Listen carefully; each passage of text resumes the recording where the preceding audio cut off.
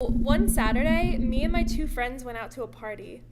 It was a really great night, but we got a little too tipsy and decided we were definitely not able to drive home.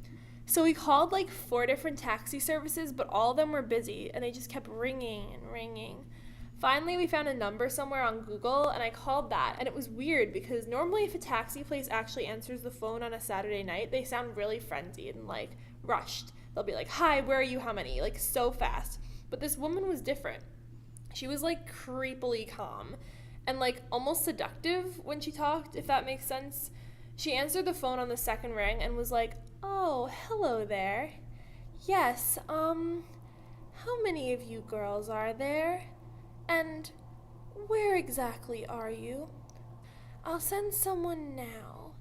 And I don't know, it was just like really strange. So I hung up the phone and turned to my friends and I was like, that was really weird. I don't know. I got a really weird feeling from that. And they were all like, "What do you mean?" I told them she just made me feel uneasy and I don't know whether I wanted to get into the cab she's sending. So my friends are drunk and think I'm exaggerating, but they finally agree that when the cab comes, we'll make sure to look at who the driver is and determine from there whether or not we want to get in. Time goes by and finally a taxi pulls up outside. My two friends run out so fast and just like swing the door open and get in. I walked a little farther behind them, and when I approached the car, I noticed in the driver's seat's a man, and sitting next to him is another man.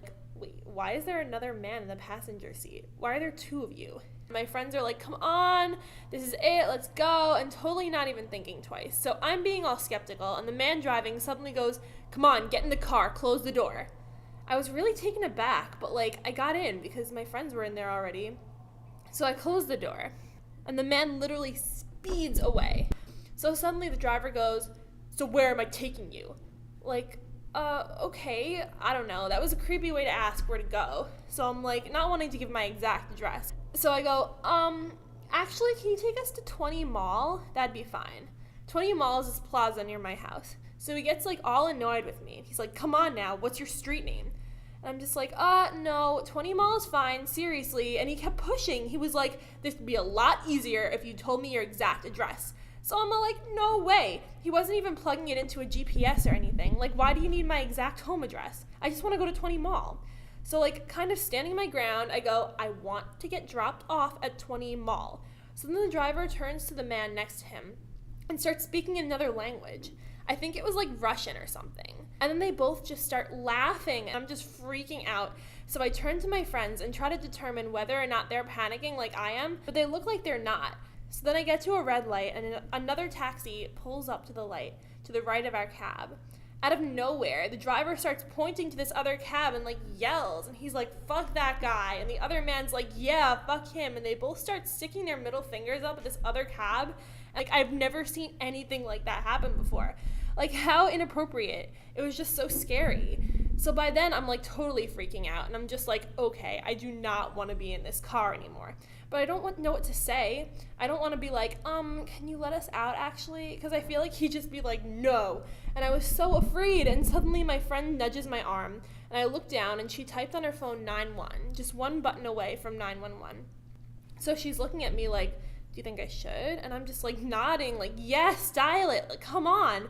She turns to our other friend who's next to her, and she's the drunkest of all, so she's like just oblivious.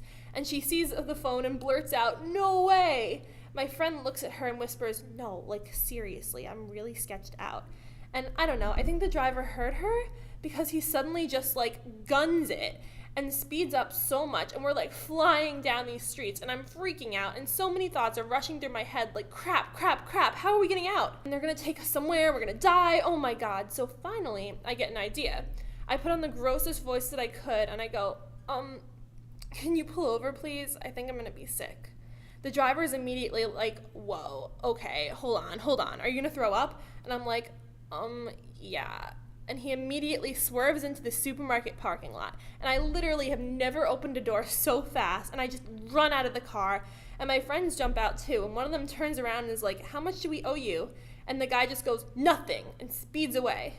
Ugh, I was so relieved. We ran into the store, and my friend was like, "Thank you so much, that was such a good idea." And I was just so happy to be out of that cab. I've never been so scared in my life. So we ended up waiting there. I called my mom and she came and got us. Everything turned out okay, but I definitely will never get into a cab I'm even the slightest bit suspicious of ever again.